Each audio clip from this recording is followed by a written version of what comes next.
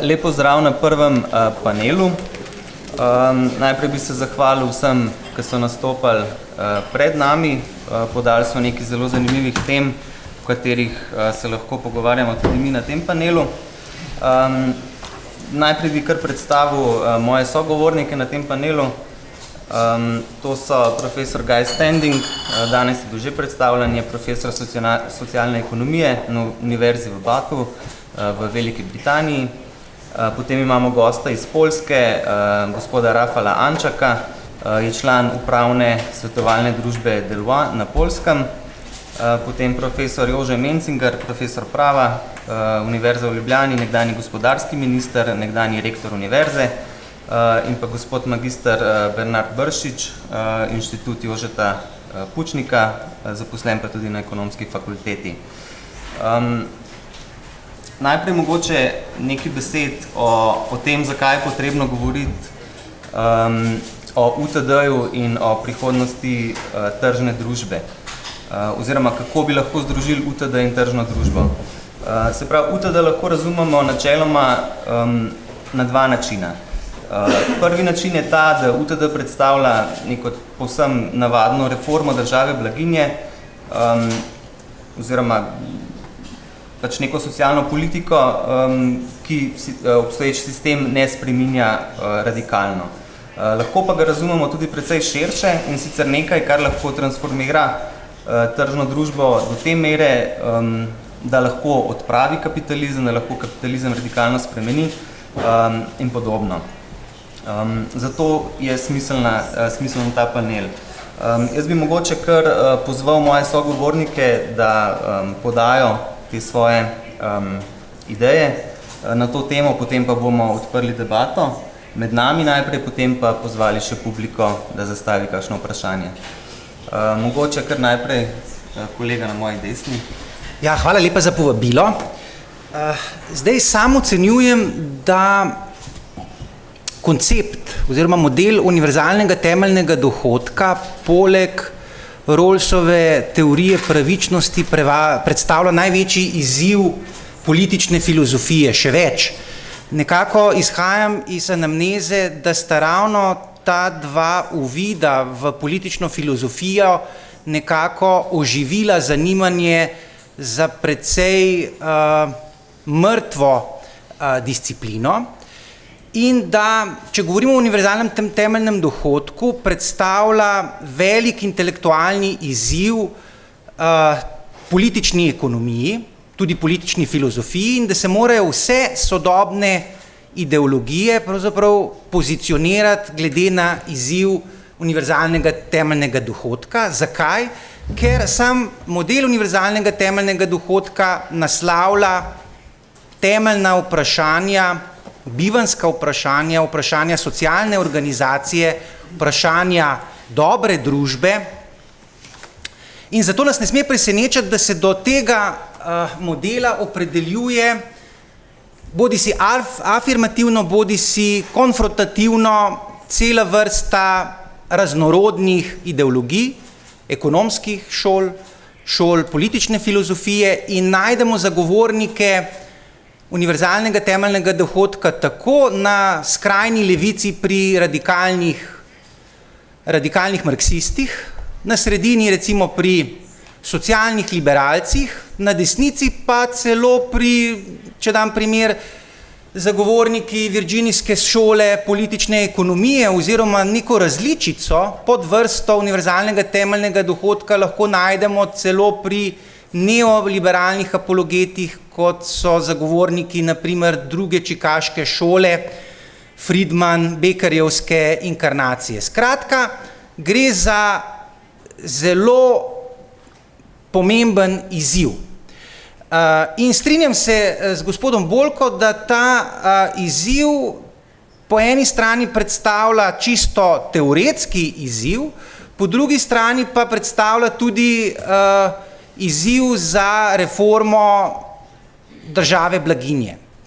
Meni osebno moram reči, da predstavlja v večji meri idejni izziv v smislu, kako je možno univerzalni temeljni dohodek upravičiti z vidika normativne etike in z vidika politične filozofije. Namreč naslavlja temeljno, po mojem, moralno, pa na koncu dneva tudi politično-filozofsko vprašanje, kaj smo kot člani družbe drug drugemu dolžni. Zagovorniki univerzalnega temeljnega dohodka seveda izhajajo iz neke podmene, da širi polje svobode. Sam se seveda s tem strinjam, vendar je potrebno biti zelo previden, kakšno svobodo pravzaprav širi. In sam v analizi univerzalnega temeljnega dohodka izhajam iz distinkcije, ki jo je v politični filozofiji vpeljal Isaiah Berlin, se pravi iz distinkcije med negativno in pozitivno svobodo, kjer je negativna svoboda definirana kot svoboda, kjer smo svobodni pred poseganjem drugih oseb in obravnava po drugi strani tudi vprašanje, kaj lahko država naredi nam. Medtem ko pozitivna svoboda pomeni opolnomočenost oziroma zmožnost delati, kar želimo, kar pomeni, da pozitivni svobodi potem za njeno udejanjanje so pripisljive določene primarne dobrine, kot je zdravstveno zavarovanje, kot je opremljenost z šolskimi storitvami in na koncu dneva z neko osnovo za preživetje, ki naj bi jo zagotavljal univerzalni temeljni dohodek. In sam pravzaprav z univerzalnim temeljnim dohodkom kot konceptom, ki širi polje pozitivne svobode, nimam težav. Hitro pa z vidika te normativne etike nastopi problem, ko se začnemo spraševati, od kod je pa financiran ta univerzalni temeljni dohodek. In jasno, odgovori so v državah, kjer ne obstajajo neke rikardijanske rente, ki izvirajo iz posedovanja naravnih resursov, kot je na primer primer Aljaske ali pa kot so primeri recimo članic države OPEC-a ali Norveška, se pravi, kjer imajo obstoj naravnih resursov, ki generirajo rente, ki so razdeljive in ki so pripisljive koncept, bom rekel, družbi, da se mora seveda univerzalni temeljni dohodek napajati bodisi iz posrednih, bodisi neposrednih davkov, in tu pa naletim na veliko oviro, namreč sam sem pristaš negativne konceptualizacije svobode in zato mora potem zagovornik univerzalnega temeljnega dohodka po mojem odgovoriti na vprašanje, ali je dovoljeno posegati v svobodo tistim, ki jim z bodisi neposrednimi, bodisi posrednimi davki odvzamemo del njihovega dohodka. In po mojem je zelo jasen moralni odgovor, da te moralne pravice nimamo. In da, ko razmišljamo o tem, kaj smo drug drugemu dolžni, zelo hitro naletimo na zelo plauzibilen argument proti univerzalnemu temeljnemu dohodku, to je pa argument parazitizma, ki je bil že naslovljen s strani profesora Van Parisa.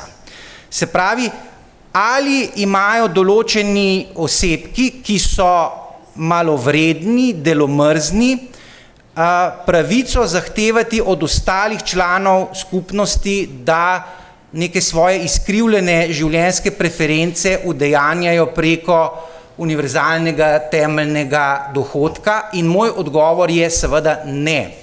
Tudi kritiki potem izhajajo iz tega, da je morda težava v zastavitvi univerzalnega temeljnega dohodka potem njegova brezpogojnost, se pravi, da ni utemeljen na pripravljenosti za delo. Seveda, ko pride do modifikacije koncepta UTD s tem, da se pogoji z pripravljenostjo za delo, potem cel model brezpogojnosti, univerzalnosti pade. In to je potem že po mojem zelo pomemben argument proti. Potem je eden v literaturi zelo razširjenih argumentov, argument socialne pravičnosti. Se pravi, da gre za način preoblikovanja tržne družbe v socialno pravično družbo. To je argument strani zagovornikov progresivnega liberalizma. Sam imam s tem izjemno velike težave, kajti podobno kot radikalni marksisti izhajam iz podmene, da tržna družba ni socialno pravična družba. Da socialne pravičnosti v tržni družbi ni.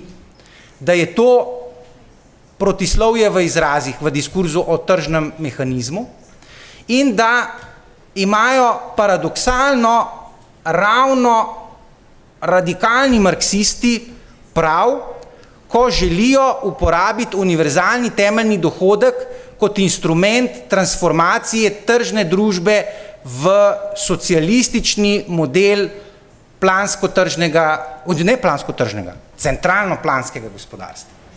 In jim v tem v nekem smislu pritrjujem, da tisti, bom rekel, meliorativno usmerjeni socialni liberalci se motijo, da je možno narediti tržni sistem socialno pravičen. Ni. Je onstran popravila, kajti tržnemu mehanizmu pritiče zgolj udejanjanje proceduralne oziroma komutativne pravičnosti. Se pravi, da je to tista pravičnost, kjer je predpogoj za njeno udejanjanje antičnega ideala izonomije oziroma enakosti pred zakonom, medtem ko enakost možnosti, ki jo implicira UTD, ali pa enakost rezultatov, kot jo implicira recimo centralno-planski sistem, preprosto v tržnem mehanizmu ni uresničljiv.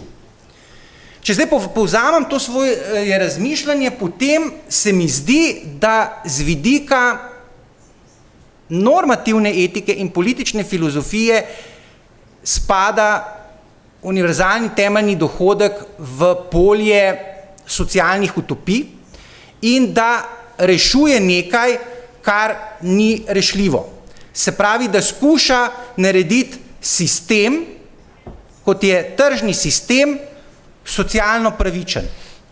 In mislim, da tega sploh ne morete narediti, ker vkolikor nasilno matrico socialne pravičnosti vsiljujete tržnemu mehanizmu, s tem odvzemate njegove epistemične in katalaktične sposobnosti in ga s tem praktično ali v celoti onesposobite ali pa oslabite. Tako da je socialna pravičnost po mojem uresničljiva zgolj v centralno-planskem sistemu in je zato po mojem to krasen model za centralno-planski sistem.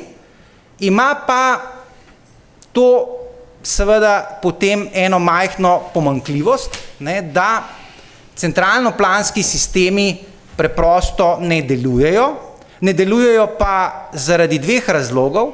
Prvi razlog je ontični razlog, se pravi, da ljudje nismo takšni, kot predpostavlja zagovorništvo centralno-planskega sistema, se pravi, ljudje nismo angeli. Smo bitja zla, greha,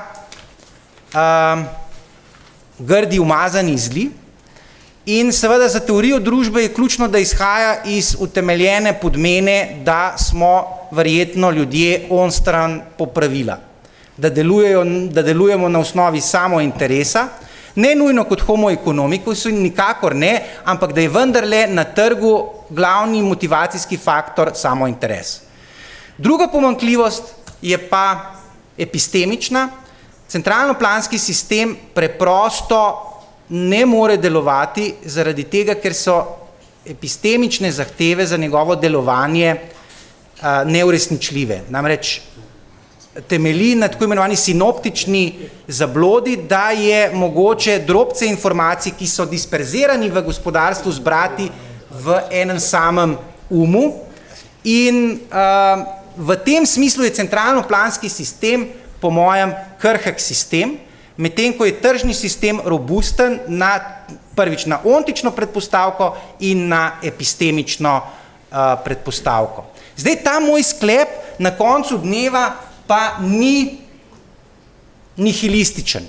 Nihilističen je v smislu o zmožnosti opravičljivosti UTD-ja z vidika normativne etike.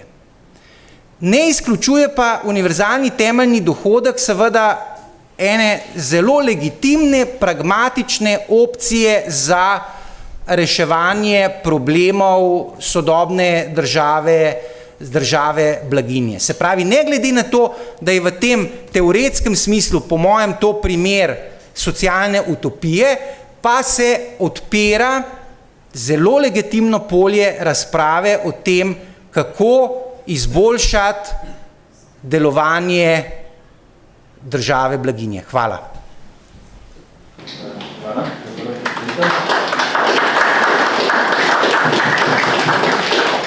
Jaz bi mogoče pozval profesor Standinga, da se ali odzove na to, glede na to, da je on zagovornik UTD-ja, ali pa da naredi neko predstavitev, ki jo je želel narediti na tem panelu. I would like to recall a number of points. Naj vas spomnim na kar nekaj točk o tem, kaj pravzaprav UTD sploh pomeni. Včasih to v razpravah velikokrat prezremo. Nekaj točk, ki jih bom povedal sedaj, dopoldne nismo slišali. Najprej UTD je univerzalen, kar pomeni, da nam zagotavlja, da nekaj vzamemo bogatim, kar pomeni, da je to sistem za visoko obdavčitvijo preusmeri ta dohodek. Drugič, verjamemo v to brezpogojnost. Brezpogojne socialne transferje podpiramo, to je nekaj brezpogojnega. Ampak to nikakor ne pomeni, da, ko oblikujemo politike, ki bi šle v smer UTD-ja, potem naj ne bi veljalo, da bi bilo dobro, da istočasno razmišljamo o politično pragmatičnih pogojih in s tem povezanimi zamisli. Sam verjamem, da brezpogojnost nikakor ne bi smela biti vpeljana tako, da bi krnila istočasno svobodo vsakega posameznika. In ravno tako, brezpogojnost ne bi smela biti omogočena tako, da bi na nek način popačila sistem tržnega gospodarstva. Ironija tega premisleka je, da večina obstoječih socialnih politik je takšen, da jo neoliberalci uvajajo in s temi politikami neoliberalci popačijo svoja lastna načela. Zakaj? Ker gre za nekakšne subvencije in tako se te tržne sile popačijo, kar pomeni, da živijo v laži, ko sprejemajo takšne politike. Sam verjamem v staro načelo iz antične Grčije. Predvsem verjamem v Perikleja. 430 let pred našim štetjem je Perikles oblikoval zelo dober sistem. Sicer antični Grki niso spoštovali ženske, sužnje in ostale skupine izven njihovega ozemlja, ampak Periklej je vseeno bil pameten in verjel je v državljane. Verjel je v to, da morajo oni imeti UTD, ki ga je tudi udejanil v praksi. V zameno pa se je zgodilo, da se je od državljana pričakovalo, da je sodeloval v političnem življenju polisa, torej mesta. Kako? Tako, da je obiskoval skupščine, da je glasoval, da je razpravljal. In prejšnji teden sem imel čudovito izkušnjo. ker sem bil v Južni Italiji. In prosim, da tudi vi greste v to mesto Paestum, kjer imajo tudi čudovite templje iz antičnega časa.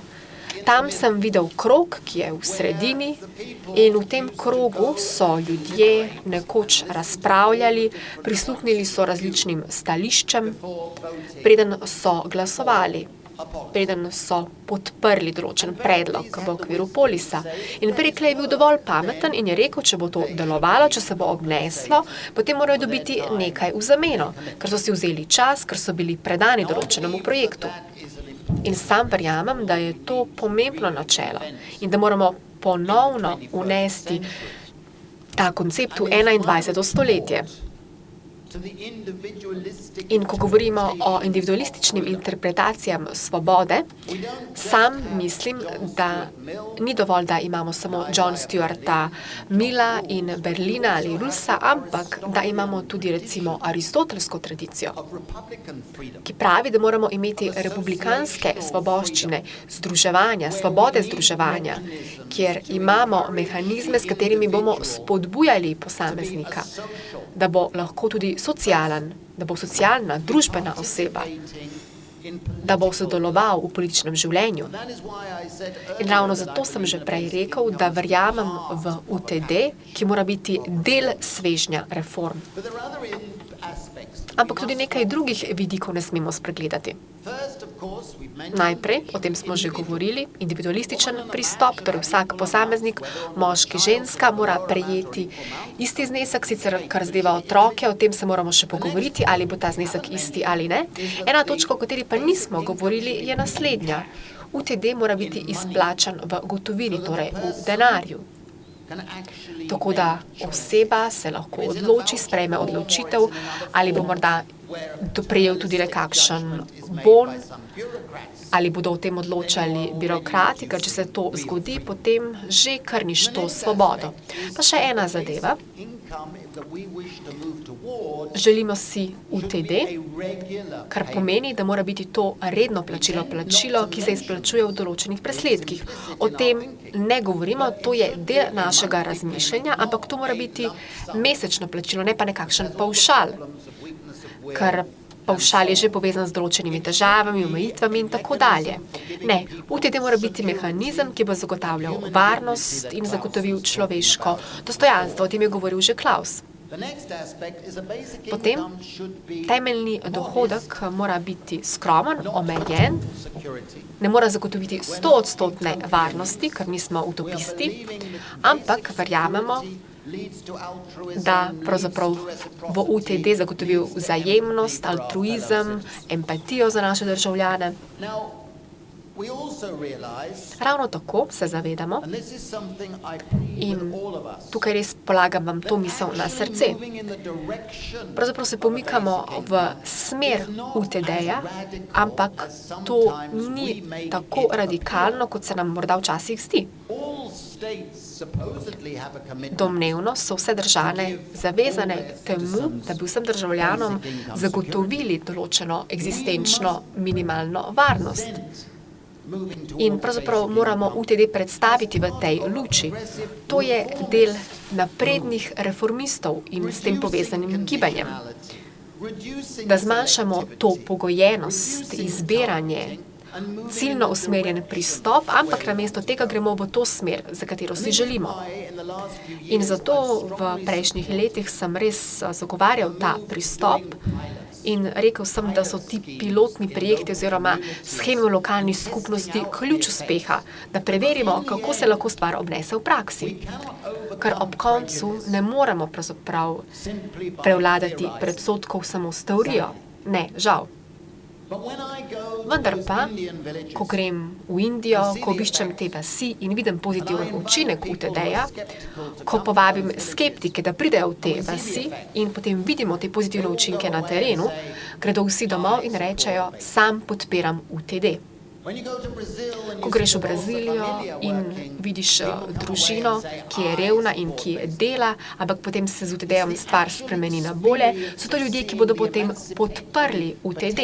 To je ta simbol oziroma možnost emancipacije ali osamosvajanja, ki je tako razburljiv. In ob koncu, samo uvodoma, sam verjamem, da vse socialne politike morajo biti presojane na takšni podlagi, da upoštevamo 5 načel socialne pravičnosti oziroma distributivne pravičnosti. Prvo načelo je pravzaprav načelo določene pravice varnosti in kaj to pomeni? Določena politika, kakršnakoli politika, je pravična, ampak samo, če se bo s tem izboljšala varnost tistih oseb, ki so v družbi najbolj ogrožene in uživajo najmanj varnosti.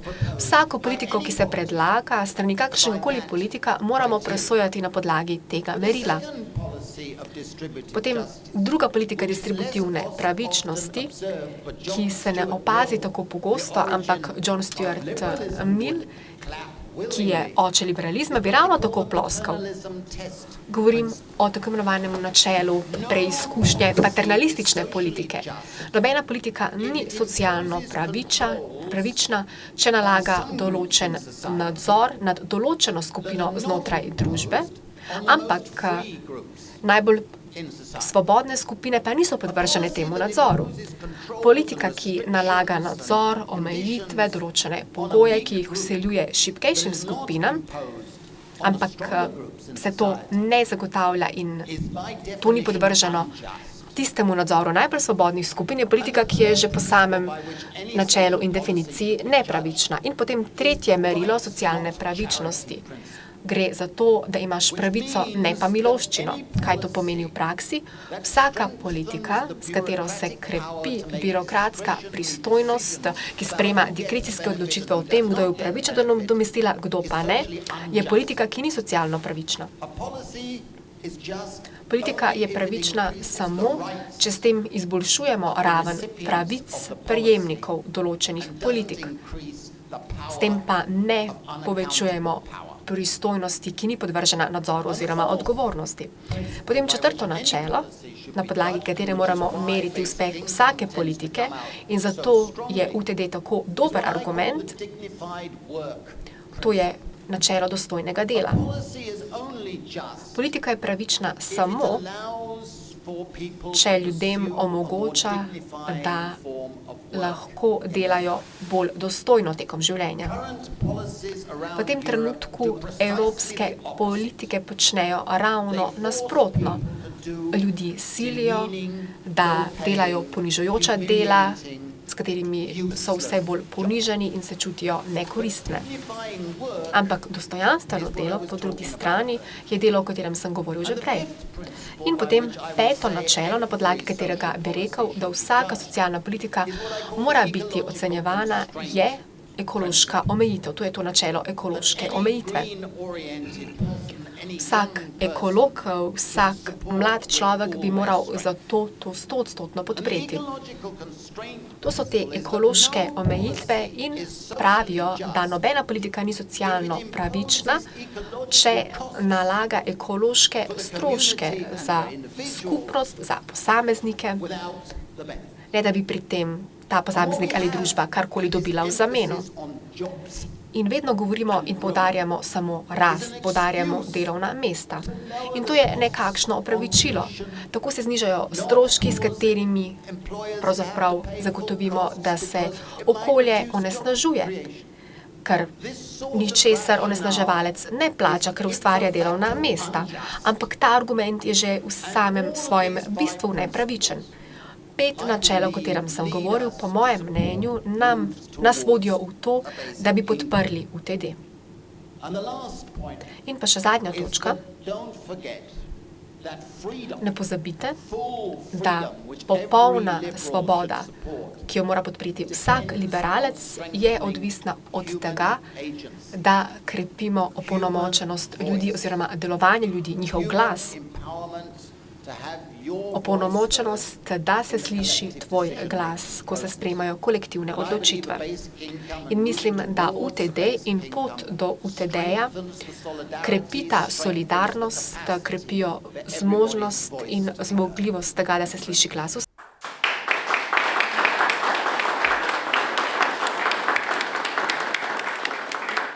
Najlepša hvala. Še gospod Ančak, prosim bi ga za uvodno besedo. Okay, let me maybe start with the slide number 1. The current economic situation, as you... Trenutna ekonomska situacija, kot lahko vidite, kaže na to, da smo v precej težki fiskalni aritmetiki. Vse države z rdečo barvo so fiskalno stabilne in imajo bodisi zadostno rast bruto domačega proizvoda ali pa primarno bilanco, da je stanje precej v redu. Kot vidite, je Poljska blizu te krivulje X in kaže na to, da rast BDP-ja je nekoliko porasla v zadnjem letu in pol. Slovenija je tukaj, kot vam kažem na ekranu. Tu je torej Slovenija, ki je letos v stanju recesije, verjetno bo tako tudi naslednje leto in verjetno bo zabeležila deficit, ki se bo približal 1%. To so zadnje napovedi, ampak ne krivite me za te številke, to so številke MBA. Ampak videli boste, da je odstotek bruto domačega proizvoda tak, da kaže 80% BDP-ja v EU, določene države, kot je Poljska, so pod 60% pragom kriterija. Poljska uravnoteža 55% BDP-ja. Slovenija je blizu z 57% BDP-ja, zato tu nimamo kaj dosti možnosti, da bi izvedli fiskalno ekspanzijo. Pa se ustavimo tukaj za trenutek. Zakaj govorim o fiskalni situaciji? Kajti, ko razmislimo o dodatnih stroških in porabi, moramo najti finančne vire. Problem pa je v tem, da že zdaj nimamo dovolj virov, kaj šele, da bi govorili o dodatni porabi. Kaj, če pogledamo stroške delovne sile na enoto v primerjavi z rastjo plač, boste videli, da v številnih evropskih državah, tu sem navedel primere Poljske, Slovenije, Slovaške, Nemčije, Španije in Grčije, stroška delovne sile se je povečala, v nekaterih državah se je dvignila nad in daleč presegla delovno produktivnost. Če primerjamo sliko zgoraj in tisto spodaj, boste videli, da Poljska denimo skoraj da ne pokrije vseh delovnih stroškov s povečanjem produktivnosti. Torej nekako je še vedno trajnostna. Nekatere druge države, Španija in Grčija denimo, pa imajo prevelik porast stroškov plač, kar pa se ne pokrije z delovno produktivnostjo. Če imamo dodatno delovno silo oziroma dodatno delo, nisem prepričan, da bomo zmanjšali pritisk na rast plač. Kajti dejstva kažejo, da v nekaterih evropskih državah, še posebej Grčija, Portugalska, Španija, Italija, tam je rast plač bila previsoka, pretirana in je dosegla številke, če pogledamo za leto 2005 in celo leto 2000. Razlog je bil izguba konkurenčnosti. Ponovno, konkurenčnost je pomembna. Pomembno je torej zmanjšati nominalne plače, kar je zelo boleče in v prehodnih ekonomijah, kot je Poljska, smo to tudi izkusili. Nekatere druge države, denimo baltske države v zadnjem letu so naredile natanko isto.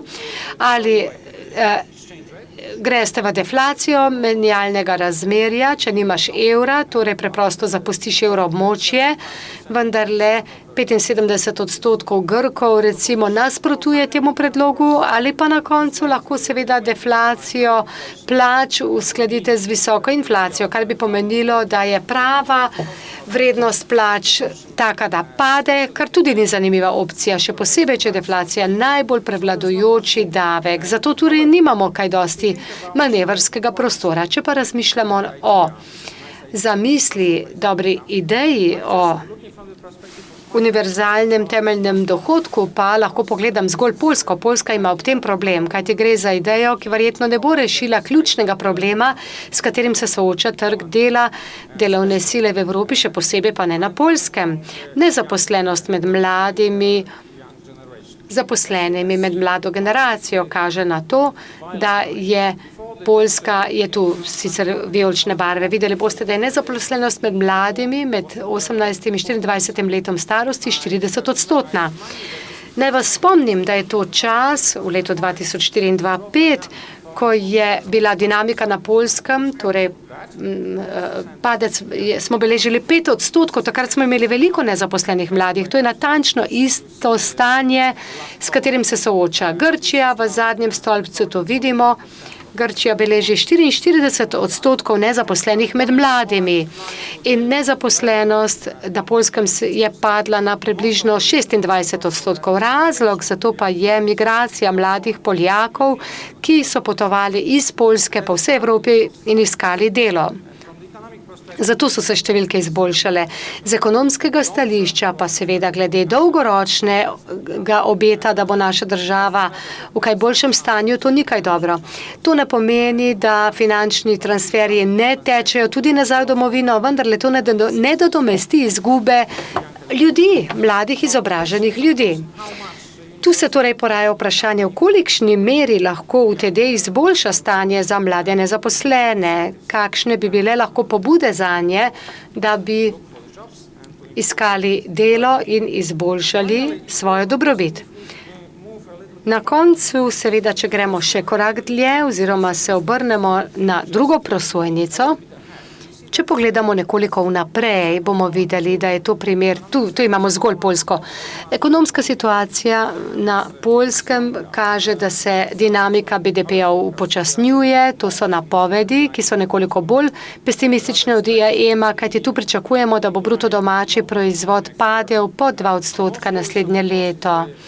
Najbolj zaskrbljujoč pa je upad javne porabe, to je še posebej hudo na Poljskem, kajti zasebna potrošnja je padla do določene mere, morda tudi zaradi zmanjšanja plač, kajti tu imamo dvakrat večjo inflacijo kot povprečje v drugih državah evroobmočja. Če pa pogledamo ekonomijo in spodnjo razpredelnico, vidimo, da je Poljska takoj za Grčijo, to je ta zeleni stolpec glede neučinkovitosti trga. To je osnovano na raziskavi OECD-ja, ki predstavlja osnovo za delo na Grčiji.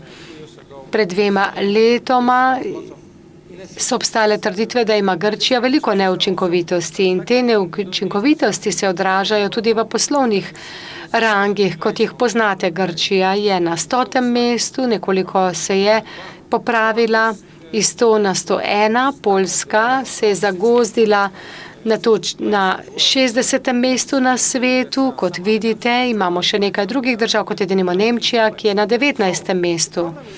Problem je torej naslednji.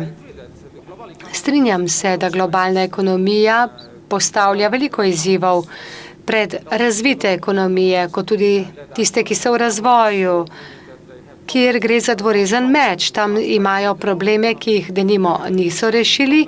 Novi izzivi, novi problemi pa še vedno se ne razvijajo tako, kot bi se morali. Torej, večina teh držav ima še vedno veliko tako imenovanih preprostih rezerv.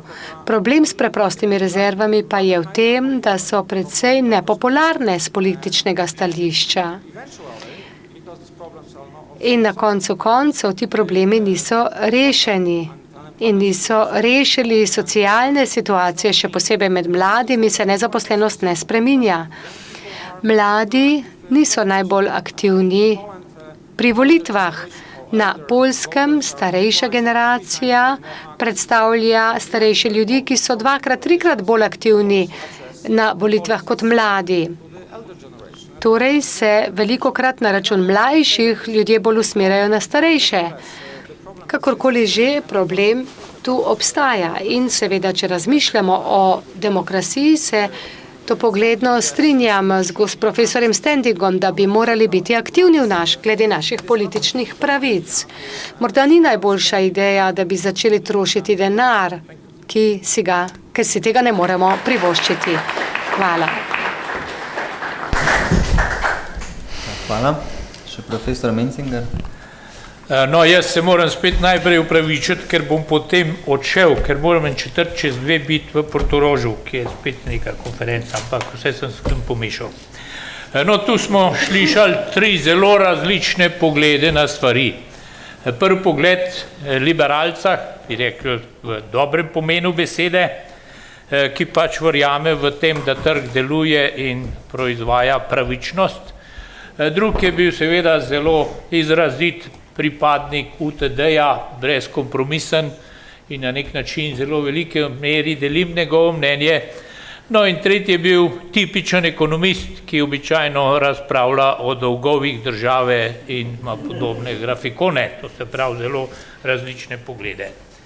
No, jaz mislim, da nisem ne eno, ne drugo, ne tipično, ne drug, ampak da je nekaj srednjega, jaz namreč ne verjamem v perfektne družbe, ne takšne, ne drugačne, ampak verjamem v družbo, kjer je kombinacija sistema en človek, en glas, pa 1 evro, en glas.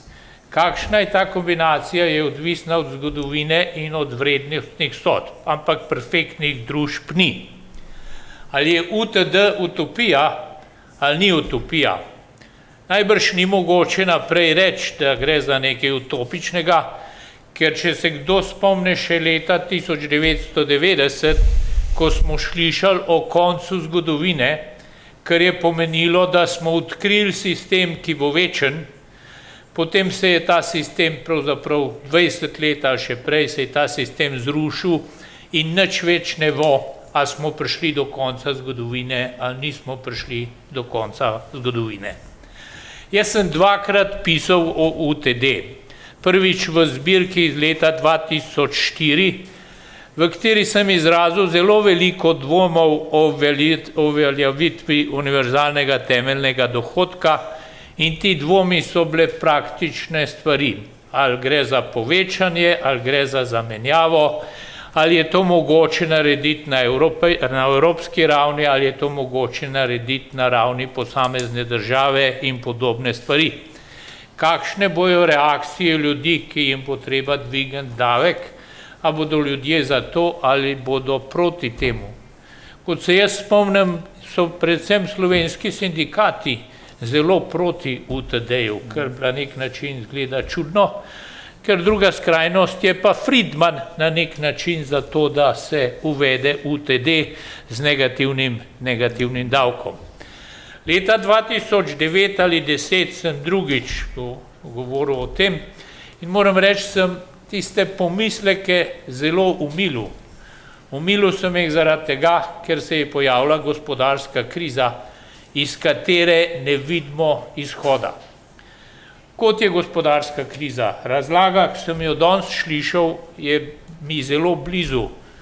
Kriza je nastajala dolgo časa in lahko jo razložimo, po moje, samo s tem, da uporabimo marksistično in pa kejnezijansko teorijo istočasno. Se pravi, na ena je stvar problem delitve in v razvitem svetu se je od leta 80 naprej delež dela zmanjšal od približno 75 na 68%, delež kapitala se je ustrezno povečal, nastal je razmak med prihranki in investicijami, prihranki so bili uporabljeni za privatizacije, špekulacije in prevzeme. In na drugi strani smo potem dobili še te nove trge, teh 2 milijarde ljudi, nove delovne sile, kot grdo rečemo, izraz, ki bi ga morali sicer prepovedati, ker smo pač ljudje. Ampak, ko smo dobili to delovno silo, je ta delovna sila seveda učinkovala tudi na Evropo. Da bi bila stvar še slabša, smo izumili nove in nove finančne inštrumente.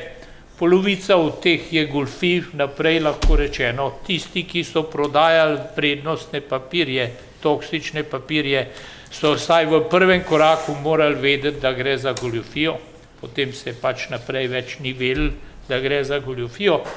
Da bi bila stvar še slabša, se je Evropa v svojih strategijah usmerila povsem napačno.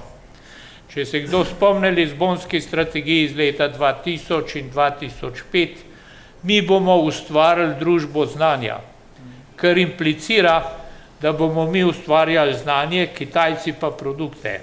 Zdaj le vidimo, da Kitajci nam prodajajo produkte, mi pa znanja ne prodajamo in dovolj je pogledati na plačilno bilanco Evrope pa Kitajske, da se to vidi. Se pravi, tu je Evropa s to lepo idejo družba znanja povsem zašla. V desetletju so več ali manj uničili evropsko industrijo in zdaj seveda bo zelo težko vzpostaviti ali pa čakati, seveda, da Kitajska postane razvita družba, pa bomo potem k njim prilagali. Potem se je pojavila ta ideja konkurenčnosti, moramo postati bolj konkurenčna družba. Vnaprej je zgrešena, vnaprej je bila pravzaprav lahko rekli proglašena za nekaj, kar ne more delovati, ker ne moramo konkurirati z bistveno manj socialnimi družbami, kjer ljudje delajo 10 ur na dan, 6 dni na teden, brez socialne varnosti. Ta ideja je v celoti zgrešena. Kaj? In na to je šla Evropa naprej. Dokončno je pravzaprav prišla, ko je prišlo do krize, smo zdaj izumili Evropa 2020. Nekoliko bolj realistična ideja, ki pravzaprav v ospredje postavlja delovna mesta. In zakaj je ta ideja temeljnega dohodka za mene privlačna postala? Zato, ker se mi zdi, da nič več ne gospodarimo za to, da bi nekaj proizvedli, ampak gospodarimo za to, da imamo delovna mesta. Če odpremo novo tovarno, nihče več ne vpraša, kaj bomo tam delali, ampak vsak pripoveduje, koliko delovnih mest bomo ustvarili. Zato najbrž ne drži, tu na tem področju najbrž ni nobene možnosti, da zdaj bojo pa ljudje lenarili, če bomo imeli UTD, ampak je to neki popravek. Kako je to možno narediti? Ampak samo spet teoretično. Na ravni posameznih držav je treba najti vir. Ta vir je nedvomno v dohodnini. Jaz se absolutno zavzemam za popoln, to se pravi nepogojen dohodek, ki se seveda tistim, ki so bogatejši, več ali manj odzame nazaj z davkom, pa ta dohodnina je tisti vir. Kako visok je drugo vprašanje. Problem znotraj Evrope je to, da je UTD na Danskem najbrž popolnoma nekaj drugega kot UTD v Bolgariji. Se pravi, če bi šli tako izenačevati. Zato se mi zdi tista možnost, ki je danes Van Parijs predlagal, zelo dobra. Se pravi, dajmo pogledati, če se na ravni Evrope da narediti to s pomočjo davka na dodano vrednost, katerega en del gre v Evropsko unijo. Potem se pa, če smo res unija, to porazdeli po prebivalstvu. Edina to je možnost, da se v resnici zmanjšajo razlike, edino to zagotavlja neko trajnost Evropske unije. Koliko je realistično? Mislim, da je povsem nerealistično.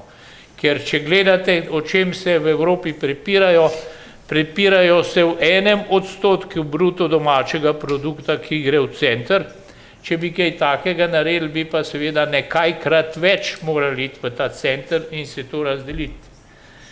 In kar se v Evropi v resnici pojavlja, pa je največji problem Evrope, je tisto, o čemer jaz rečem jugoslovanski sindrom. Ko se začnemo obtoževati, kdo koga izkorišča. In to je ta problem, ki ga jaz vidim v bodočnosti Evropske unije. Zmeraj je bilo rečeno, ja, če primerjaš Jugoslavijo, to se ne spodobi pa Evropsko unijo. Enostavno problemi so podobni, mislim, ne moramo reči, da niso podobni, samo upajmo, da se ne bo tako končalo, kot se je končalo v Jugoslaviji. Ampak očitno je to reševanje, ki je reševanje v narekovaju, ne pelje nikamor. Politiki se vsak teden izmislijo neko novo rešitev, ampak nihče noče videti, da v bistvu ni problem v javnem sektorju, problem je v finančnem sektorju, ki ga pa nihče noče reformirati. Ampak vsi bi kar nekaj stiskali v javnem sektorju, zmaševali javni sektor, pa mogoče edina država, ki bi lahko rekla, je zapravljiva je bila Grčija. Imeli so, kot vem, a je bila še kakšna? Grčija je post-evropski povprečje zadnjih 15 let. Ne, Irska je zelo specifična. Irska ima izredno majhen delež javnega sektorja, je imela do te krize. Tam so pa naredili slabo banko, to, kar mi počnemo, in slabo banko se je deficit povečal na 32%, javni dolg pa na 92%. To je drug problem, ampak ta je čist take praktične narave. No, jaz moram na žalost tle nehati, ker v uri pa četrt moram še do Portoroža prideti, se pa opravičujem. In se zahvaljujemo.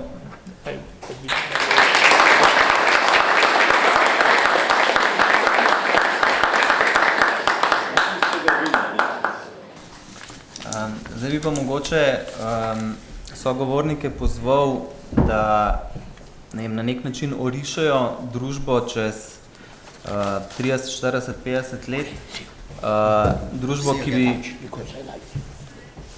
ki bi imela vpeljan UTD in pa družbo, ki ga ne bi imela vpeljanega. Čistko za neko sliko, no? Jaz mislim, da Fukuyamina teza iz leta 1989 vendarle še vedno drži, da ni alternative, da gre za konec zgodovine. V tem smislu ne, da bi bil svobodno tržni sistem najboljši izmed možnih svetov. Daleč od tega. Sam se profesor Standingu pridružujem v njegovem pozivu po etizaciji političnega oziroma reafirmaciji političnega. Namreč vse od modernosti naprej imamo opravka z usmrtitvijo politike, ki mislim, da je pogubna, in cel neoliberalni projekt v tem smislu je z vidika doseganja ideala dobre družbe po mojem zablodel.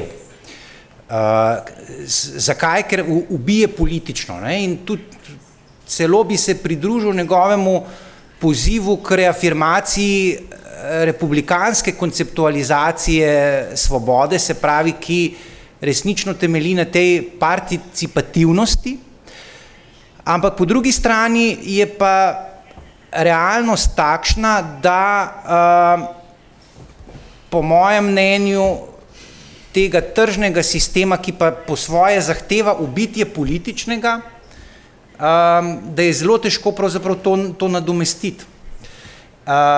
In potrebujemo verjetno novo neko utopijo, ki po mojem pa to ni univerzalni temeljni dohodek, ampak pomeni v nekem smislu poziv k prevrednotenju človeka. In bom tukaj zelo sam utopično zvenel, ne, da očitno, če se človeška narav v 21. stoletju ne bo spremenila in da če bomo vsi ali pa večina med nami bila homo economicus, gnani ne samo interesom, ampak celo sebičnostjo, da je prihodnost zelo mračna.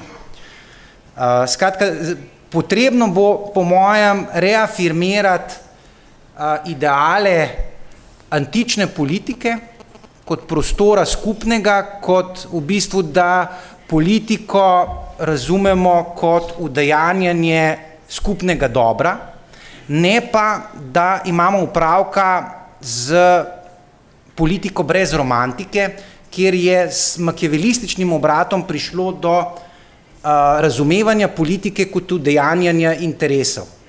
In zato v nekem smislu potrebujemo, po mojem, res reafirmacijo tega modela dobre družbe. Kot rečeno, pa nisem toliko navdušen nad tem, da bi UTD kot tak lahko bil pot. Je pa model, ki naslavlja po mojem prava vprašanja in zato pravzaprav visoko vrednotim ta model, ker enostavno po mojem naslavlja prava vprašanja in za oblikovanje neke dobre družbene teorije ali pa ideologije, ne v slabšalnem smislu, potrebujete intelektualni izziv in po mojem UTD tudi po naši razpravi ostaja prvovrstni intelektualni izziv. Kot rečeno, če se pa vrnem k vašemu vprašanju, po mojem bomo, če ne bo prišlo do radikalnega tehnološkega preboja,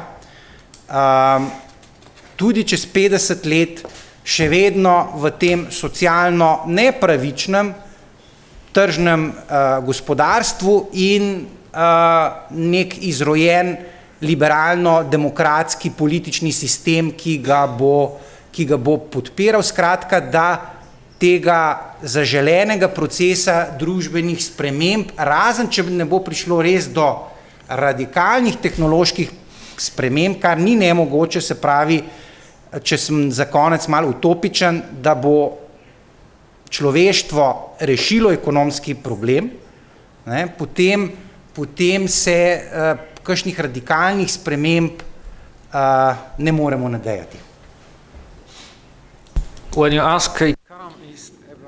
Ko vprašate ekonomista o prihodnosti, o tem, kako lahko napove prihodnost, si ekonomisti to mnogokrat tudi res privoščijo. Lahko vedno govorimo zgolj o predpostavkah in te predpostavke so pogosto bolj pomembne od rezultatov napovedi. Sam vidim 3 predpostavke, na katere moramo odgovoriti zdaj ali ne. Prva je verjetno dejstvo, s katerim se vsi strinjamo, da smo zdaj na križpotju v Evropski uniji. Tu smo prišli do Evrope, ki so jo zgradili naši predniki, po drugi strani pa imamo mlado generacijo, ki je bolj evropsko usmerjena kot moja generacija v tem trenutku. To stičišče, križišče predstavlja določene politične in socialne pritiske. Odvisno od tega, kam se bomo razvijali, bodo rezultati pozitivni ali negativni. Druga zadeva je zelo nepriljubljena v Evropi, to pa je vprašanje stroškov energije. Energija je ključna za gospodarski razvoj. Seveda, lahko razmišljamo o okolju prijazno in tako naprej, vendar le pa moramo svoj razvoj osnovati na realnem stanju. Kaj mislim s tem? Vprašanje prodaje plina, denimo, je zelo pomembno za Poljsko. Pod veliko kritiko smo strani Evropske unije, torej različne države so podvržene kritike, denimo, pri nas je kritika drugačna, kot je v Nemčiji. Osnovno vprašanje šel gasa oziroma šel plina, šel gas pravi o tem, da bi morali zmanjšati emisije za pol. Druga opcija pa za Poljsko preprosto ne obstaja, kajti ne moremo voziti več plina iz Rusije, kajti več kot 95% ga uvažamo iz Rusije. Iz političnih razlogov, zato tu ne moremo govoriti o realnih političnih rešitvah. Tretja rešitev pa je tista, ki je omenil profesor Mencigar, da prenesemo našo proizvodnjo iz Poljske na Kitajsko, kjer so stroški energije manjši, tam pa bodo nasnaževali še bolj. To mislim, da ni resna razprava. Resna razprava bi morala voditi v resne predloge.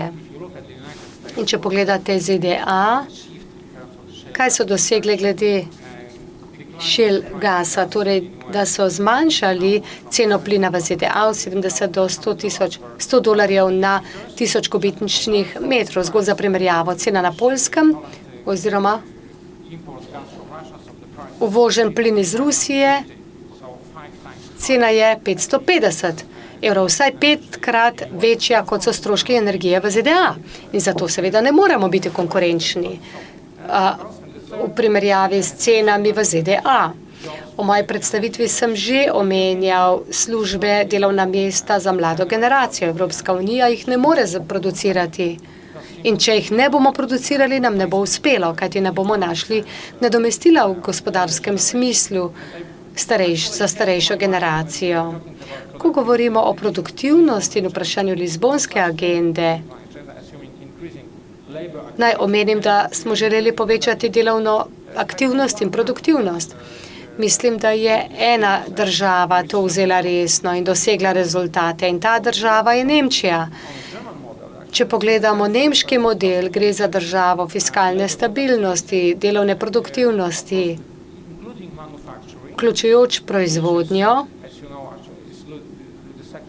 Kot veste, ta sektor izgublja delovna mesta po vsej Evropi, če pogledamo Združeno kraljestvo, Španijo in Poljsko, ne pa v Nemčijo. Kajti tam je produktivnost zelo visoka, celo na ravni visokih plač. Zato ni nobenega drugega preprostega praktičnega modela na mizi. Če bi bil, potem bi bil vesel. Pred leti sem delal v Grčiji. Grki so imeli podobno konferenco, kot jo imamo mi danes in spraševali so se, zakaj Poljska ne predstavlja svojega lastnega modela, kajti slišali so, da Poljska raste hitreje kot povprečje EU in verjetno bi lahko naš recept uporabili v drugih evropskih državah. In potem bi, upamo, lahko zavrnili nemški model fiskalne stabilnosti, ampak problem je v tem, da ne obstaja poljski recept za rešitev situacije. Poljska je samo v drugačni fazi. Čez 15 let bomo morda končali tako kot Grčija, če bomo sledili določenih politikam fiskalne odgovornosti in povečanih stroškov za delovno silo. Ali pa bomo se naučili lekcijo Grčije, Španije in Portugalske in naredili nekaj drugače. Če predpostavljamo, da bomo opravili dobro vse te 3 teste, 4. pa predstavlja novo Evropsko unijo, ki je zgrajena na ekonomski logiki, to ne pomeni, da bi morali zavrniti določene socialne politike v Evropi, lahko govorimo o izgradnji nove Evrope. Seveda se popolnoma strinjam, da je eno ključnih vprašanj pri izgradnji nove Evrope v pozitivnem smislu politična participacija in demokracija. Ta obseg mora biti mnogo višji, kot je trenutno, a to je verjetno naloga za vas, mlade. Hvala. Thank you. Najlepša hvala.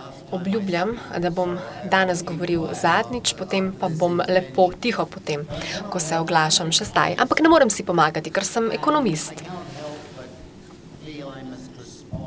In zdi se mi, da se moram odzvati na določene argumente, ki so bili predstavljeni. Slišali smo, da ni prostora za fiskalno ekspanzijo, pokazali so nam grafe. Neoklasični ekonomisti so mi predavali zadnjih 20 let. Rekli so, da ne more priti do prerasporeditve, ker denarja preprosto ni, ker tega ne moreš financirati. Vendar pa, ko so banke bankrotirale, ko niso imele več denarja, se je kar naenkrat zgodilo, da pa so vlade kar zlepa našle na milijarde in milijarde funtov in evrov in tudi dolarjev, ki so jih zagotovile bankirjem. Tako da ti ni treba biti nekakšen izjemen ekonomist, da preprosto rečeš, da je to povezano s hipokrizijo, z dvoličnostjo. Britanska vlada je bančni skupnosti zagotovila več kot 400 milijard evrov. Brez kakršnih koli obveznosti in pogojev, brezplačno. Ta denar bi lahko financiral uvedbo UTD-ja za vsakega Britanca v 5-letnem obdobju. Tako da prosim, ne govorite mi, da tega denarja ni, da tega ni moč financirati. Ampak še ostali argumenti obstajajo, zakaj bi lahko zavrnil tezo neoklasicistov. V tem trenutku vsaka bogata država vsako leto zagotovi vsaj 5% svojega BDP-ja, torej državnega dohodka, v obliki subvencij. In tako se subvencionirajo bogati. Če bi ta 5% BDP uporabili, bi lahko brez težav zagotovili financiranje UTD-ja. Tako da ne gre za to, ali se stvari lahko privoščimo ali ne, ampak je to povezano predvsem s politično voljo, da prisluhneš pravim ekonomistom oziroma napačnim ekonomistom, če želite seveda razumeti to, kar vam želim povedati. Tako da najslabši recept, po mojem mnenju, vseh neoekonomistov je, da se še naprej znižujejo minimalne realne plače. Tudi desni politik, desno usmerjen politik, kot je Winston Churchill, v 20. stoletju je spoznal in se je zavedal tega, da politika nizkih plač je tista, ki zmanjšuje produktivnost delovne sile. Tako da, če je produktivnost nižja, poglejte, kaj se bo zgodilo. Tako se zmanjšuje rast in s tem povečuješ dejansko brezposelnost. Če se zmanjšujejo plače, bi to pomenilo, da bi se neenakost še zaostrila, brezposelnost bi bilo več in več bi bilo socialne revščine in napetosti. In to nas skrbi in vsi se moramo tega zavedati.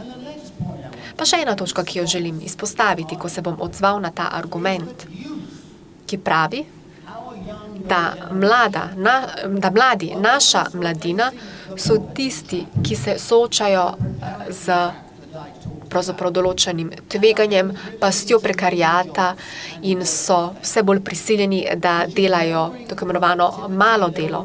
Tako se znižuje produktivnost, zmanjšuje se njihova svoboda in dolgoročno se tako ogroža razvoj zmogljivosti posameznika. Ampak naša družba to krvavo potrebuje. Če je to odgovor, potem je bilo to vprašanje izjemno neumno, ali ne? To zniževanje namreč, ker to nikakor ni odgovor. Ne smemo se še naprej spuščati po tej poti zniževanja. In pa še zadnja točka ob koncu. Razmislite samo še enkrat o tem, kaj se dogaja, če smo bili priča kampanjam za UTD. Poglejmo si primer Brazila. To imajo nekakšen mehanizem, Bolsa Familia, za vsako družino, kaj se je zgodilo od uvedbe tako imenovanega UTD-ja. Gospodarska rast se je povečala, potem neenakosti je vse manj, stopnja brezposelnosti je najnižja v zgodovini Brazilije in tudi status žensk se je izboljšal. Pomislimo na Norveško.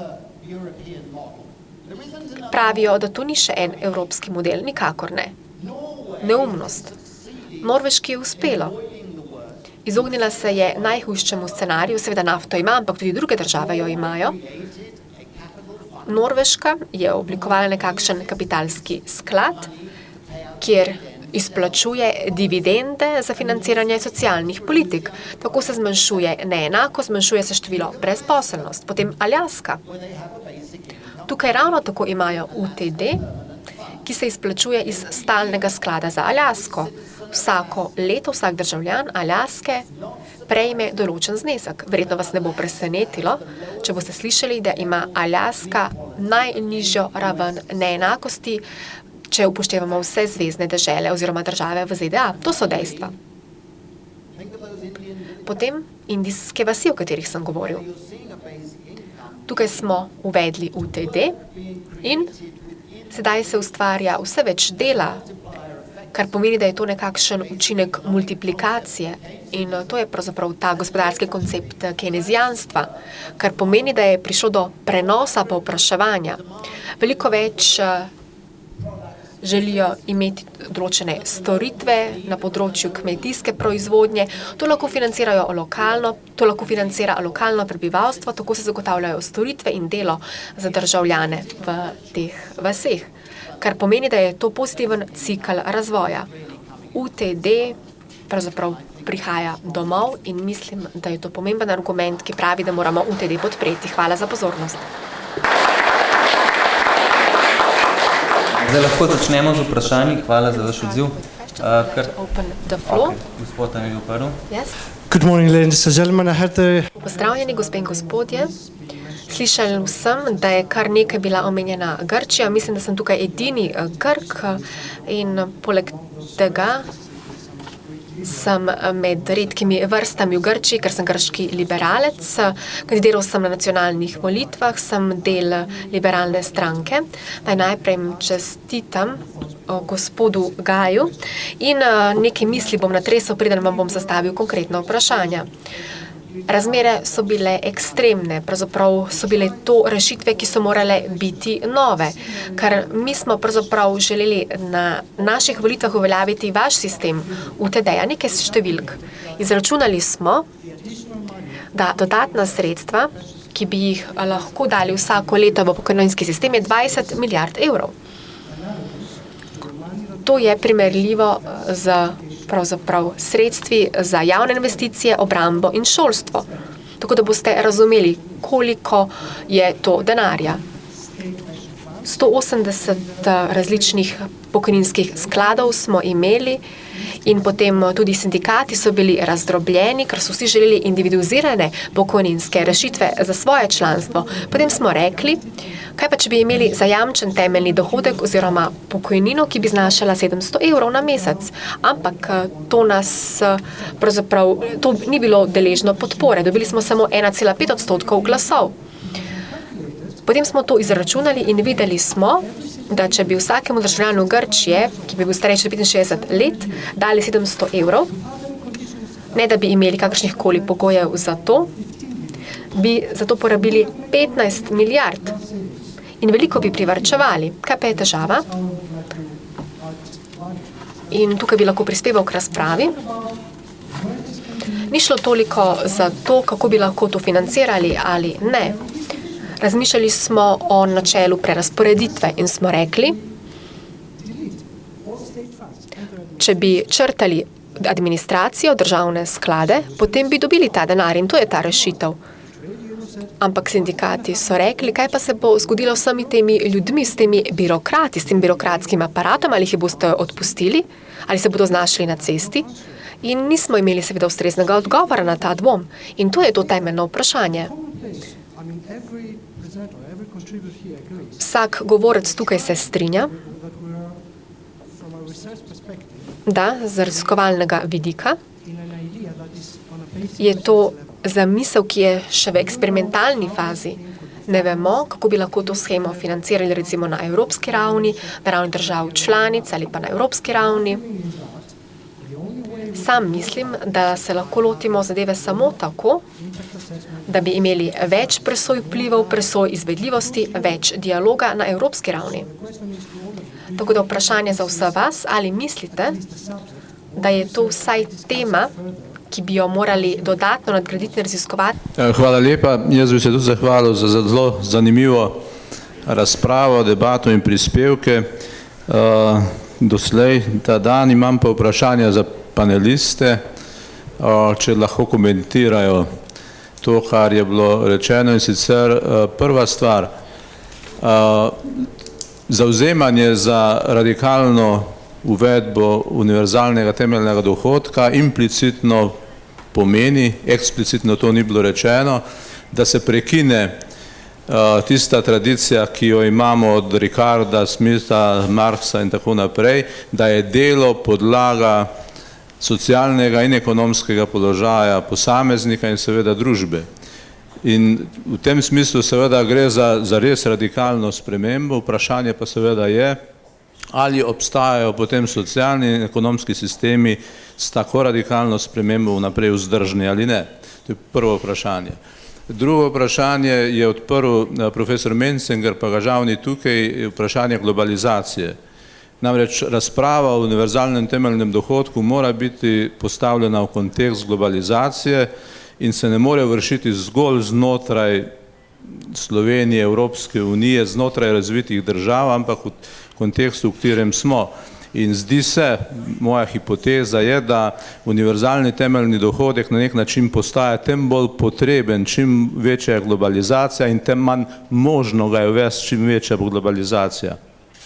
Iz česar bi izhajalo seveda sugestija, ki jo profesor Menzinger ni naredil, da bi morali prekiniti proces globalizacije, da bi bilo to mogoče, kar bi bilo pa seveda z ekonomskega stališča za tudi razvite države zelo problematično. No in še tretje vprašanje, vprašanje konteksta, spet vrednotnega konteksta. Primeri, ki jih je dal, sjajni primeri, ki jih je dal profesor Standing, govorijo o razmerah ali primerih iz Brazilije, Indije, tudi poskusi v evropskih državah, ampak moja hipoteza je seveda, da je možnost dolgoročne vzpostavitve shem univerzalnega temeljnega dohodka bistveno pogojena s tem, kakšna je vrednotna matrica, vrednotna struktura neke družbe, v kateri smo. Saj konec koncev so sami nekateri predavatelji tudi to omenili, da je zdaj vprašanje vrednot in politične volje, ali naredimo ta korak ali ne. Ampak ne gre samo za voljo tistih, ki bodo odločali, ampak tudi voljo in pripravljenost tistih, ki bi potem ta sistem morali sprejeti, se pravi pretežen del prebivalstva, ki bi potem tako spremembo živel. Samo splošno, nekako bom skušal zbiti svoj uvid. Mislim, da je glavni problem obsesija z egalitarizmom. Se pravi, da nekateri trpite za iluzijo, da je enakost sama po sebi vrednota. Oziroma, tako kot smo prej govorili o problemu opredelitve svobode, negativne in pozitivne, je očitno, da imamo tudi različna umevanja enakosti. Nekateri mislite, da potrebujemo enakost rezultatov. Gospod iz Grčije je navedel primer predloga reforme pokojninskega sistema, kjer bi imeli tako rekoč popolno egalitarnost, ne glede na to, ali si prispeval, delal ali ne. To je seveda lahko čisto legitimen politični ideal, ampak jaz moram reči, da sam v tako enakost ne verjamem. Ne verjamem ne v enakost rezultatov, niti ne verjamem v enakost možnosti. Preprosto življenje je takšno, da se nekateri rodijo lepi, drugi pametni, tretji neumni,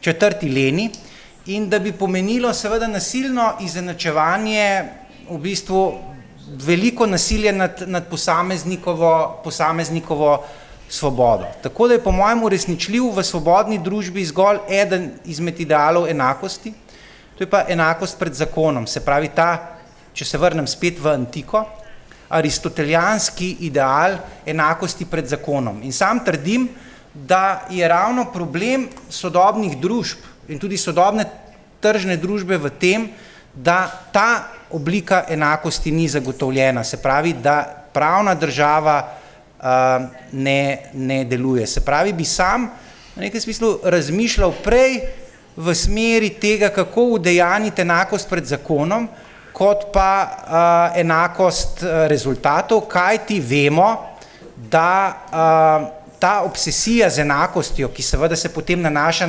na problem razdelitve, mislim, da tukaj vendarle neka zabloda, da v tržnem procesu da sta proces proizvodne in proces razdelitve ločena. Gre za znano Millovo zablodo in sam sem prepričan, da je v neoklasični ekonomski teoriji ravno John Stuart Mill tisti Mefisto ekonomske teorije, ki je pripeljal potem ekonomiko blaginje v 20. stoletju do popolnega izterjanja, da je skratka združil procesa proizvodne in razdelitve. Ta dva procesa oziroma fazi v tržnem sistemu nista ločeni, ampak sta združeni. Kar pomeni, da se je potrebno v nekem smislu otresti zablode, da politično poseganje v fazo razdelitve nima posledic na proizvodno. Imajo in zato v bistvu to socialno utopično družbeno inženirstvo, ki pravi, dajmo mi zdaj nekomu oduzeti, ker tako in tako je kolač spečen, kolač ni spečen. Je v času T0, ampak v T1, T2 in tako naprej je pa vse odvisno od spodbud in je potrebno upoštevati v kontekstu razpravi o UTD tudi, kako pogubne ima lahko to posledice na pekarstvo, se pravi na družbeni proizvod, da dolgoročno lahko, vkolikor prekomerno posegate v razdelitveno funkcijo tržnega mehanizma, ima lahko to za posledico, da bo seveda udejanjen ideal enakosti, vendar bo žali Bog to enakost v revščini, kar so dokazale že socialistični eksperimenti 20. stoletja. Tukaj bi mogoče jaz odzval. Moje mnenje je, da UTD niti podrazno v bistvu ne predvideva enakosti rezultatov. UTD pač določa nek temelj, na katerem potem posameznik gradi naprej, se pravi enakost začetnih možnosti in neenakosti rezultatov. Še eno vprašanje. Dobar dan še enkrat. Najprej bi povedal, da se z nekaterih zadevah celo strinjam z magistrom Brščičem, da so namreč res potrebne radikalne spremembe. In da UTD še ni takšna radikalna sprememba. Odpira pa prostor in čas za radikalne spremembe. Se pravi, radikalne spremembe, to je mogoče malo fantazirano, ampak radikalne spremembe brez UTD-ja pomenijo res radikalne spremembe in tudi način doseganja bo potem zelo radikalen. UTD omogoča, bom rekel, malo bolj umirjen pristop k temu. Strinjam se tudi z profesorjem Svetlikom, da gre, zato se pri nas to tudi imenuje univerzalni, da gre za svetovni proces. Ne za slovenski, ne za evropski, da pa je zadeva pač postopna in ga pač vsako okolje nekje ureja v sebi. 16. oktobra lani je to eksplicitno povedal Klaus Gerhard Hefner ali pa Ronald Blaschke, nemška zagovornika UTD-ja. En od teh dveh je to eksplicitno rekel, Evropa si ne more lastiti pravice sama imeti UTD-ja in nadaljevati s kolonizacijo ostalega sveta. To bi bilo, skratka, UTD ni končni cilj in ni absolutna rešitev. UTD je samo ena oblika, en način olajšanja iskanja drugih poti. Se pa strinjam z vami, da pa brez res radikalnih sprememb, pa pustimo zdaj katerih, tudi tržnega gospodarstva, pa pozabiti na Hayeka,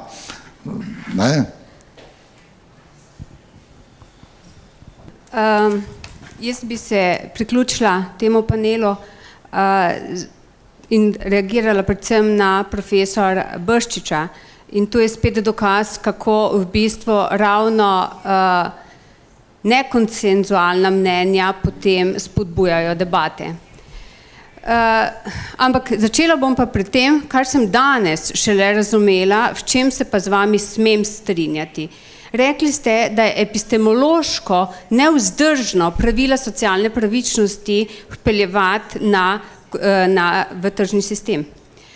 V tem smislu se strinjam, veste, če jaz tržni sistem primerjam z neke vrste nogometno tekmo in z nogometnim igriščem in se strinjam, da recimo zmagovalca nogometnega prvenstva ne moramo proglasiti glede na temeljih socialne pravičnosti, ampak glede na temelju nogometa oziroma gola.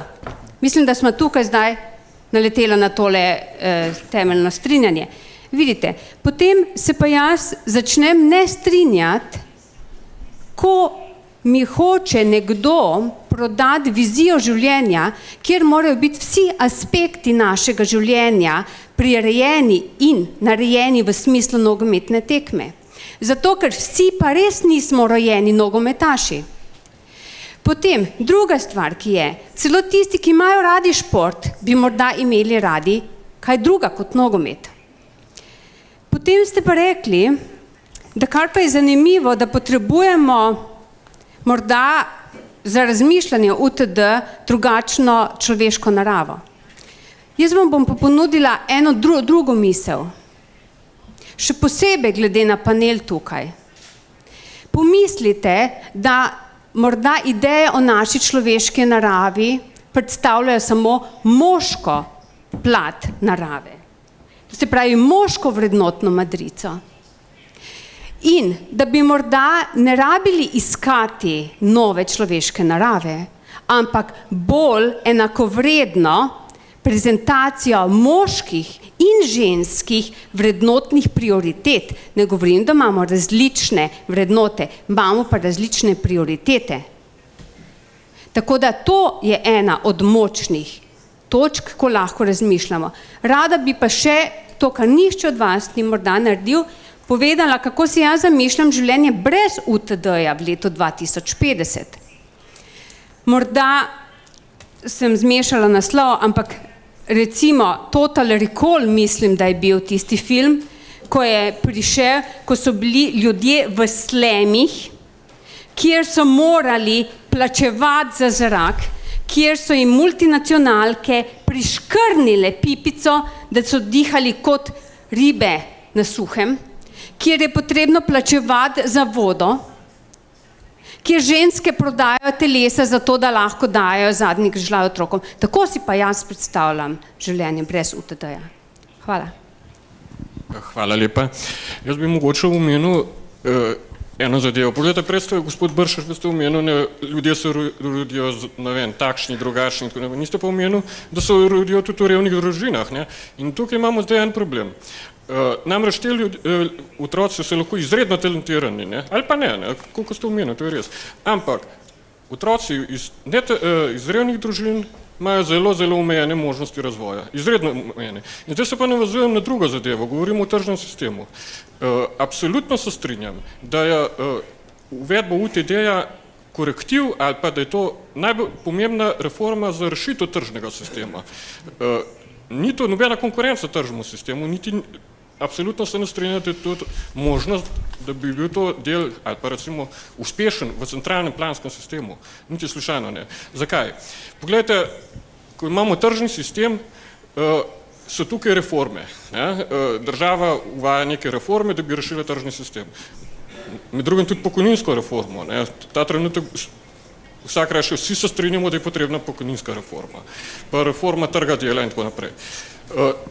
Če imamo že vse te reforme, ne, to se pravi, da država planira ali pa ureja, ne, delovanje trga, ne, s nekimi reformami, da bo sploh še to funkcioniralo, ne, zakaj pa ne bi bila uvedba UTD-ja pomembna reforma? No, ampak ko smo že pri pokojninski reformi, pa je gospod iz Poljske omenil, da je velika stopnja nezaposlenih na Poljskem, pa tudi drugje mladih, med mladimi, ne. Velika nelogičnost. Mi bomo povečali ali pa podaljševali tole delovno dobo, to se pravi, starejši ljudje bodo delali tle, ker se življenjska doba podaljšuje, ker je premalo vplačanega v pokojninsko blagajno in tako naprej. A na drugi strani seveda imamo omejeno število delovnih mest. In ta trenutek se bo zgodil seveda to, da bomo na račun uvedbe ali pa boljše pokojninske reforme imeli še večji delež mladih, ki bodo brezposelni, ki bodo izgubili svoje znanje, ne, to se pravi znanje v 10 letih popolnoma zastari, ne, ker je tehnološki razvoj tako hiter, ne, in tisti trenutek smo naredili ogromno škode. Koliko smo prej, recimo, dali manjše možnosti otroku, ki je talentiran, pa je v revni družini, pa ima manjše možnost razvoja, kar je katastrofalno za razvoj družbe, za razvoj tržnega sistema, ker ta tržni sistem ne bo imel takšne koristi, če se ekonomsko gledamo na sam razvoj, rečemo, ali pa razvoj potencijala, ki ga ima ta otrok. Na isti način bomo tukaj imeli ogromne stroške, to se pravi, smo metali denar stran v šolstvu za izšolanje nekega generacije, ki bo čez 10 let popolnoma neuporabna za tisto, kar smo jo izšolali. Ko bomo podaljševali delovno dobo starejših delavcev, bomo pa seveda nehote ali pa hote prenašali sredstva ali pa črpa sredstva iz zdravstvene blagajne, ne, seveda, ker te ljudje so, večina je že precej iztrošena, pa bo zaradi tega dlje na bolniški in tako naprej in tako naprej. Zdaj smo pa pri UTD-ju. UTD, ne, koliko ste, recimo, vi ste omenili, da je moralno sporno, ne, da nekdo, ki ne dela, pa bo ravno tako dobil UTD. Res je, mogoče bi tudi temu lahko tako rekel, ne, samo mogoče pa tudi ne. Zakaj ne? Ta trenutek, ne, če nekdo noče delati, ne bo delal ne v tem sistemu, ne v sistemu z uvedbo UTD. Ne bo delal, enostavno ne bo delal. So takvi ljudje, ne, ki pač ne bodo delali. Ne. Ali to spoštujemo ali pa ne, tako je. Ampak nekaj drugega nastopa. V primeru, če bo takšen osebek dobil neko UTD, ne, bo z njim manj problemov. Ne, kaj se bo zgodilo? Manj bo stroškov. Mogoče te ljudje bodo se zdaj ukvarjali z kriminalom, da preživijo, ali pa vse. To je zopet oportunitetni strošek za državo. Kako potem ne bo, ne, ko smo pri tem. To se pravi, je to neka korist za državo, če v tem primeru niti ni več tako sporno moralno, ne, kot to dobi. Se upravičujem, nam zmanjkuje časa. Mogoče samo še eno zadevo. Na normativni etika, ne, ko ste omenil, ne, da mogoče bi to, uvedba UTD-ja bila to sporna pri tem, ne. Mogoče pa tudi ne. Poglejte, UTD mi ne bi mogli uvesti mogoče v 4. stoletju ali pa mogoče v kameni dobi ali pa mogoče tudi v 12. stoletju. Zdaj pa mogoče z razvojem produkcijskih sil ali pa znanja vsega tega, glede na to, da proizvedemo dovolj dobrin ali pa celo preveč, nekaj so celo omejitve, da kaj proizvedemo, je pa to možno. Kaj pa je rezultat tega, da smo prišli na to stopnjo? Seveda delo naših prednikov, babic, prastaršev in tako naprej. To se pravi, vsak je nekaj pripomogel k tem, da smo prišli na to stopnjo, ne. To se pravi, UTD bi bil lahko neka renta, ne, preteklih rodov, ne, ki so sedaj sprašuje, tudi dojenčko temu, ki se je tukaj rodil. Vse ta še nič ne redo v končni fazi za razvoj, ampak verjetno bo glitko in svoj drobšen delež dodal k temu, da bi potem bila družba uspešnejša, da bi prišli na višji nivo, ne. Mogoče sem preveč poenostavil zadevo, samo vendar. Malo nas čas preganja, no. Profesor Standing je hotel še en zelo kratek odziv, no, pa mogoče. Yeah, never trust me again. Ja, nikoli mi ne zaupajte ali verjamete, ker bom vedno znova pohodil besedo in še enkrat se vam za to opravičujem. Ampak nekakšno opozorilo, rdeča lučka se mi je zasvetila, ko sem slišal nov argument v zvezi z UTD-jem, namreč, da bodo ženske odpovedale se pravzaprav svojemu telesu in ne bodo več dovolile spolnih odnosov, ampak nekoliko me to skrbi, ker ne nazadnje sem tudi sam pleten v to. Ampak dobro, kakorkoli že, vsi pravzaprav mislimo in se čutimo nekako solidarni do Grkov, vsi smo malo Grki v tem trenutku. To so velike turbulence, negativne izkušnje, ki so jim Grki v tem trenutku podvrženi. In to je pravzaprav na nek način skrajen ekstrem neoliberalnega modela, kot se je razrastel in razvil. Tako da mislim, da ne samo, da imamo tukaj vprašanje, ki so povezana z tem, da bo stavka, da bodo ženske stavkale, da bodo tegnile spolne odnose s svojim možem, ampak še ena zadeva je povezana s tem, namreč ta neenakost, ali smo za enakost, ali smo proti njej. O čem pravzaprav govorimo? Govorimo o tem, da bodo družbe bolj enakopravne in da bomo na nek način obrnili te strukturne spremembe, s katerimi so se neenakosti samo poglobile in sedaj to ni več vzdržno. In ravno zato sem govoril o teh 5 političnih načelih, ko sem govoril o pravičnosti in ravno zato mislim, da to ključno sporočilo, ko govorimo o tem, da bomo nadzirali čas, tudi naše znanje ali prostor, o tem pravzaprav moramo govoriti. In pravzaprav moramo tako zmanjšati neenakost, to pa tudi pomeni, da bomo vsi, ljudstvo, imeli dostop do finančnega kapitala. Ker premoženjska korist, ki izhaja iz globalizacije, se steka pravzaprav vse bolj v te finančne prestolnice. Realne mezde, plače padajo v zahodnem svetu, isto velja tudi za druge dele sveta in zadeve so nevzdržne. Namreč direktorji v številnih državah zaslužijo 400-krat več v primerjavi z plačo, ki jo prejme povprečen delavec.